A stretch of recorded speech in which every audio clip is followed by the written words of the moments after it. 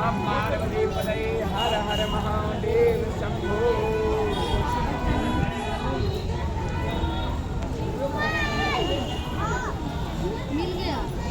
प्रेम से बोलिए सावित्री मैया की जय। देवी पार्वती जी ने कहा कि हे देवता के भी देवता जगत के पिता शंकर भगवान प्रभास क्षेत्र में स्थित ये जो सावित्री देवी है उसका चरित्र मैं आपसे कर रहा हूँ, सब कोई सुने।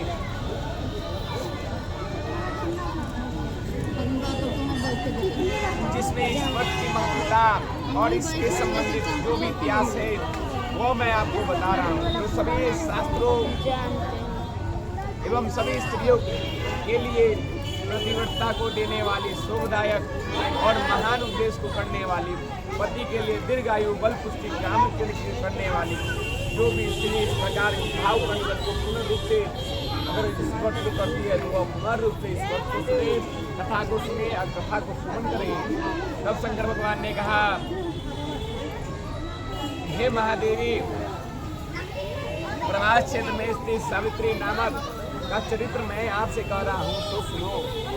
हे महेश्वरी, सावित्री अष्टक नामक राजकन्या जो सावित्री ने जिस प्रकार इस उत्तम व्रत सावित्री व्रत का पालन किया था मैं आपसे बता रहा हूँ। मद्रास देश में एक धर्मात्मा जो सभी धर्मों को पालन करने वाला, प्राणियों के हित में तप रहने वाला, राजधानी में राज करने वाला, बड़े जनों का प्रिय अति अश्वपिता नामक एक राजा था। वह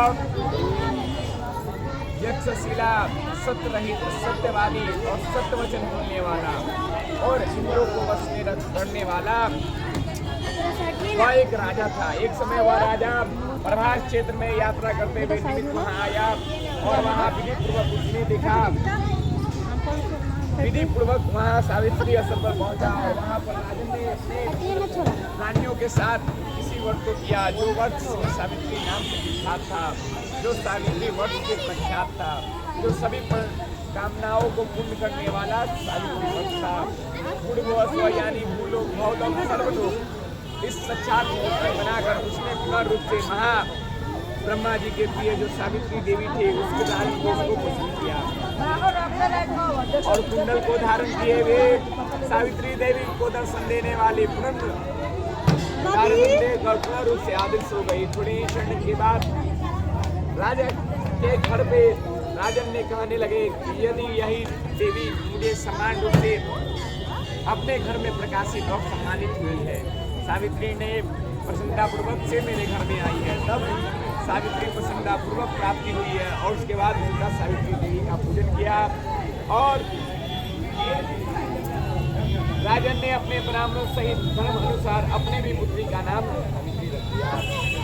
वह राजकन्या साक्षात रूप से शरीर को धारण किए हुए लक्ष्मी के समान शोभित हुई, वो बढ़ने लगी और धीरे धीरे सुकन्या अडिल रूप से व्याप्त प्राप्ति हुई और उसका मध्य का भाग अति सुंदर था और नेत्र का भाग बहुत सुंदर था। वह स्वर्ण की प्रतिमा को देख उसके सामने दिखाई दिया करती थी और लोग उसे देखकर यह समझते थे कि वह कोई देवकन्या है।